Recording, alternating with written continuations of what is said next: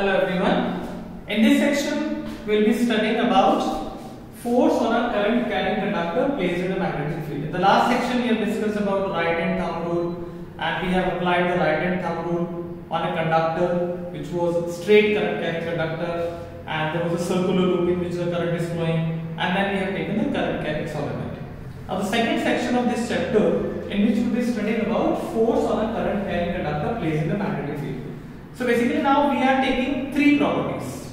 One is a magnetic field which we represent B by B, current carrying conductor. So current would be there, that is I, or there would be some charges. So there would be Q, that is the charge flowing per unit time through a conductor. And the next property that we are adding to it, that is force.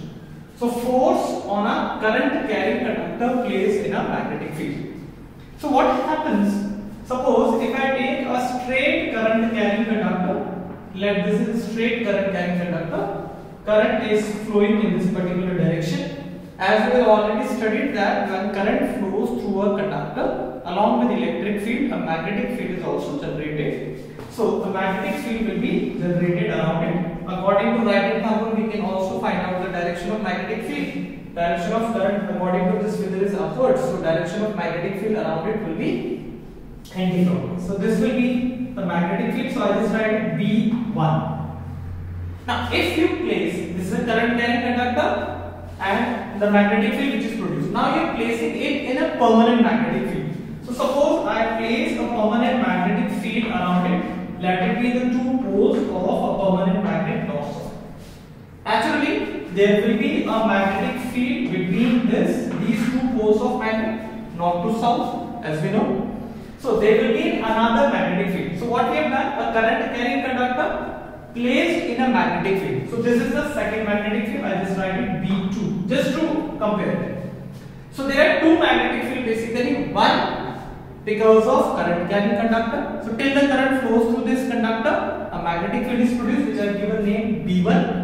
Second, due to permanent magnetic field in which you have placed the conductor and which I have given name B2. So there are two magnetic fields, one because of current carrying conductor and second because of permanent magnetic field. Now these two magnetic fields are not uniform. These two magnetic fields are not uniform, so they interact with each other. They interact with each other and the resultant magnetic field. If you compare the magnetic field, both the magnetic field around the conductor, you will find that that's not uniform, and due to non-uniform magnetic field around the conductor, one side the magnetic field will be weaker and another side the magnetic field will be stronger. So this stronger and weaker magnetic field will allow this conductor to move, or a force will be generated in the direction of weaker magnetic field from a stronger one. So because of these two magnetic fields which are not uniform, because of their interaction, a force is exerted upon the current carrying conductor in the direction of weaker magnetic field. And this is what force on a current carrying conductor placed in a magnetic field. That's what we are talking about today.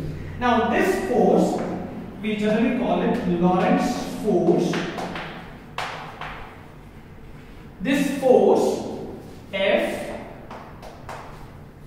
with the formula, this Lorentz force is applied, that is Q V B sine theta. Q, amount of charge, V, velocity of charges, B, magnetic field, and sine theta, that is theta between velocity of the charges and magnetic field. This is the angle between velocity and the magnetic field. We know that sine 0 degree is 0. That means if the velocity of the charges and the magnetic field are parallel to each other, there will be no force acting upon it. So I can say the minimum force or the no force is acting upon when they both are in same direction.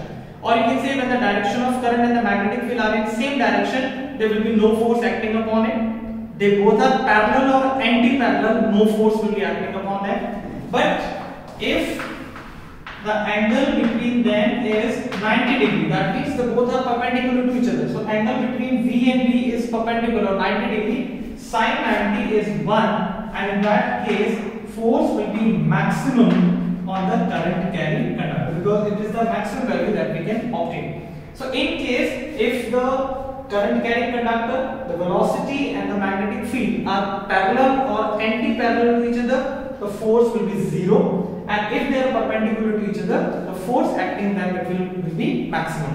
Now, on the basis of this concept, we reach to a law, and that is called Fleming left hand rule. It was given by Fleming, it was introduced by Fleming, so with this name we have given it a name, Fleming left hand rule. So what does Fleming left hand rule states? Left hand, your thumb, your index finger and your middle finger. Stretch your thumb, index finger and middle finger of your left hand such that these three are mutually perpendicular to each other. These two are mutually perpendicular, these two are mutually perpendicular, and these two are mutually perpendicular to each other. So these three are mutually perpendicular to each other. So first sentence, what we write? Stretch your thumb, index finger, middle finger of your left hand such that these three are mutually perpendicular to each other. Now, if index finger shows the direction of magnetic field, it will show the direction of magnetic field. So generally the direction of magnetic field is north to south. So if it is the direction of magnetic field, if I say the magnetic field, this is north and this is south, so you will keep your index finger in this form, north to south. So whatever the direction of magnetic field, if I say the direction of magnetic field is upward, so you will take your index finger upward. The direction of magnetic field is downward, you will put it downward. So you will direct it downward. So whatever the direction of magnetic field will be represented by your index finger. Middle finger shows the direction of current. So in case of direction of current, if the direction of current is from my left to right, this is the position of my finger. If I say the direction of current is from my right to left, this is the position of my finger.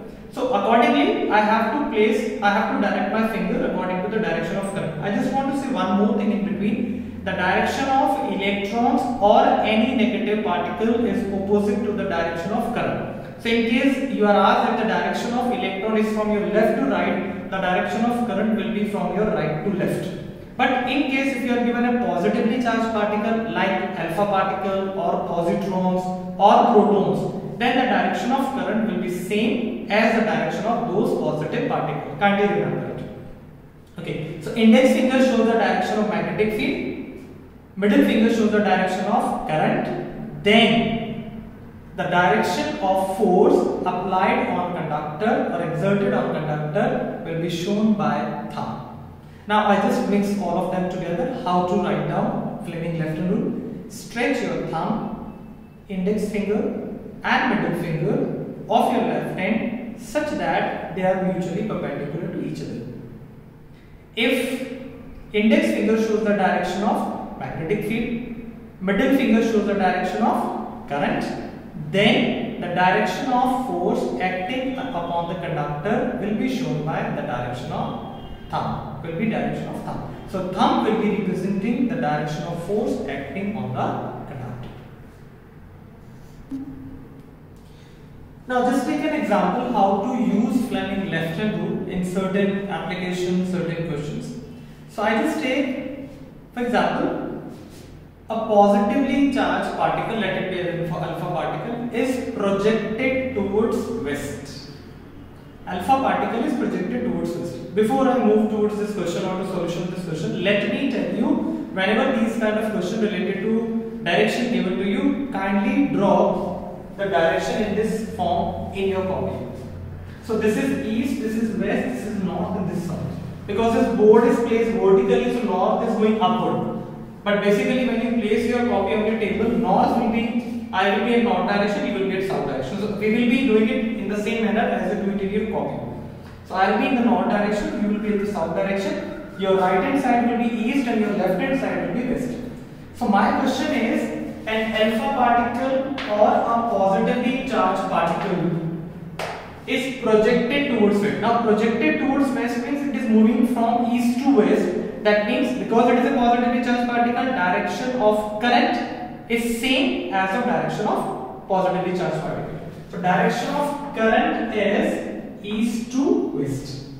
Stretch your left hand. Direction of current is represented by your middle finger. So I just place it in this manner. So this is the direction of current. It shows the direction of current.